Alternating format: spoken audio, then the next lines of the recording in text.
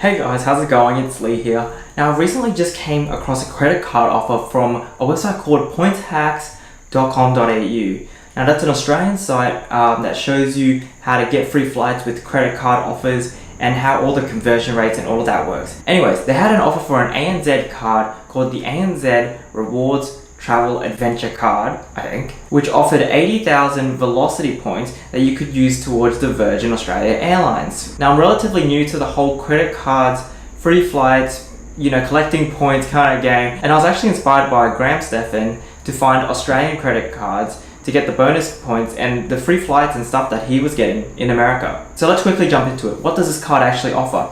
So it offers you 80,000 Velocity points on the basis that you spend $1,500 within the first 3 months on eligible purchases. Now, eligible purchases essentially just means any purchase that's not any cash transfer, cash out, transferring balances or anything like that. It also offers complimentary return domestic flights on Virgin Airlines, which you have to book through ANZ and is available once a year until the card is cancelled. Along with that, you get 2 complimentary single passes to the Virgin Lounge at the domestic airport terminals, again, until the card is cancelled. There's also no transaction fees for overseas purchases, and on a points basis, you get 1.5 rewards points for every dollar you spend upwards to $2,000. After that, they revert to 0.5 rewards points for every dollar that you spend. I'll touch on that later. Now, for all of this, you're paying an annual fee of $225 per annum, which you could argue is easily covered by the free return domestic flight on Virgin Airlines. Now, when I first received the card, it just came in a white envelope that said ANZ on it.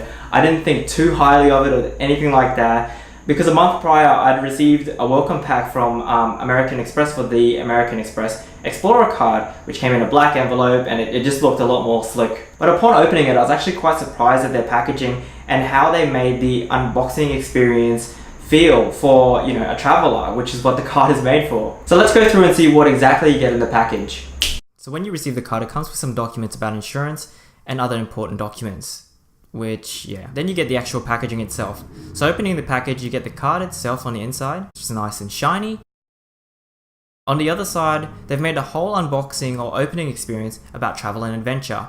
Opening that, you get these tags for your luggage with the ANZ Rewards Travel Adventures branding, and the space on the back to place your details. It comes with 2 nice quality bands so you can attach it with your bag. I also really like the fact that it comes in a pair, so you can have one for the check-in luggage and the other for the carry-on. Here's a quick demo I did on undoing the bands and then doing it back up to put the tags in.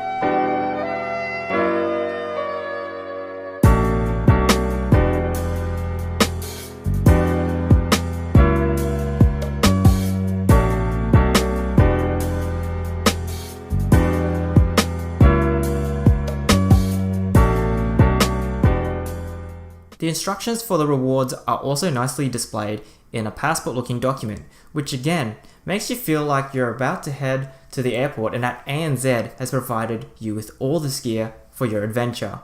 It also helps that the Australian passport is navy blue, which is very similar to the ANZ one here. So let's see exactly what you can do with these 80,000 points. Now, if you're flying from Sydney, lucky you actually have a fair few options, like flying to Hong Kong or different parts of Asia for about just under 60,000 points in business class, which leaves you then about 20,000 or so points for domestic flights along the East Coast. Now, if you want to go to places like Abu Dhabi and Los Angeles, you can do that. However, you'll have to be doing it in economy class. Now, since I'm from Brisbane, the options are a lot more limited. The furthest flight is to Singapore.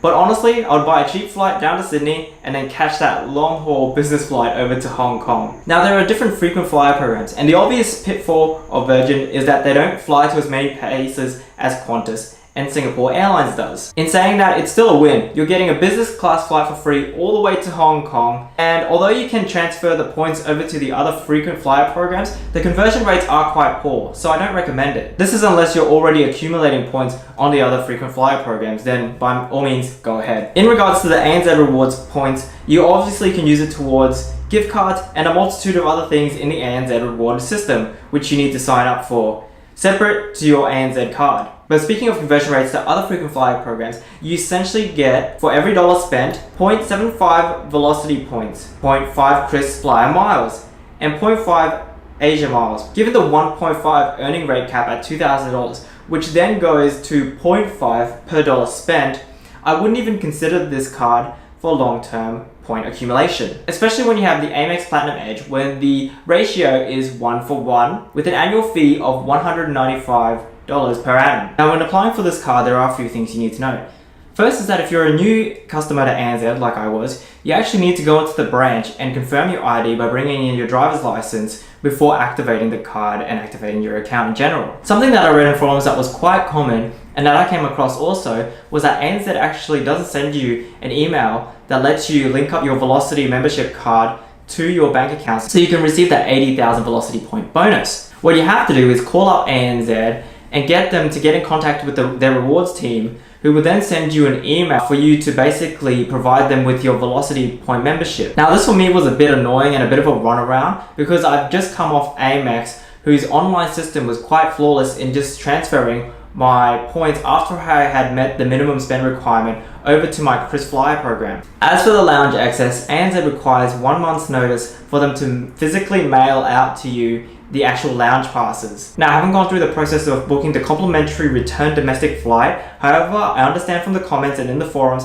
that you have to do it through ANZ. Tried to get it from, the lady who I was speaking to on the phone, but she had essentially said that I needed to ring up another department of ANZ to do all of that. Now, one of the most interesting things I noticed when applying for this card was that an applicant would only require a minimum salary of $35,000. However, the minimum credit limit you could apply for was $6,000. Now, that would suggest that equates to about 1/5 of somebody's salary pre-tax. And to me, that's an obvious trap for anybody who's not very savvy with their money, especially if they're able to use 1/5 of their pre-tax earnings on a credit card. But I could imagine with such a big promotion like this for 80,000 Velocity points, which gets you a free business class flight and a domestic flight, that they would just basically be trying to get people through the doors and hopefully be getting them to go into the habit of using, the rewards cards and just getting people to sign up with the ANZ ecosystem in general. So overall, I think the promotion sign up bonus is great for the annual fee of $295, which is easily covered by the return domestic flight and the free business class flight to Asia, or the many economy flights you can take domestically and internationally.